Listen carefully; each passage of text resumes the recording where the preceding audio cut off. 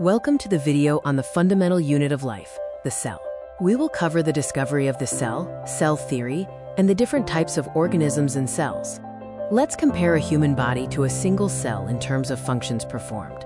Do both humans and cells respire? Do they take nutrition from outside? Do they excrete? Do they generate and store energy for activities? The answer to all those questions is yes. Both humans and cells perform all these essential functions, highlighting the cell's role as the fundamental unit.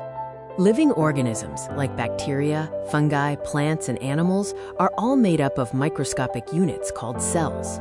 The cell is the structural and functional unit of living organisms, and its name means little rooms in Latin.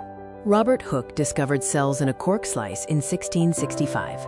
Anton von Leeuwenhoek found free-living cells in pond water in 1674.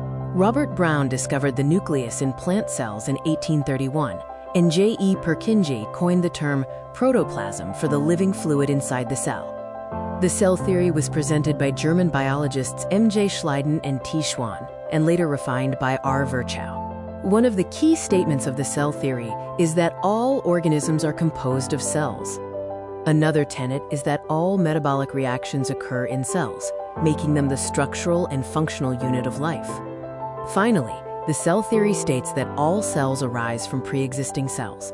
Organisms can be classified based on cell number. Unicellular organisms consist of a single cell, such as archaebacteria and protozoa, and they exhibit independent self-replication.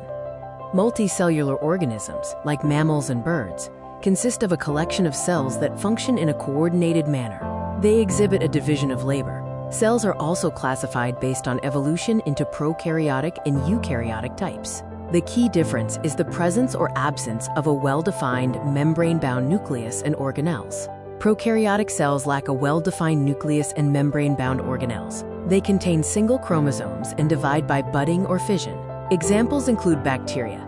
Eukaryotic cells have a membrane-bound nucleus and organelles.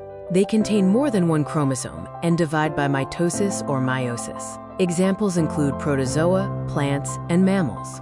In the next module, we will explore cell shape, size, volume, and number. We will also learn about the division of labor and observe onion peel cells under a microscope.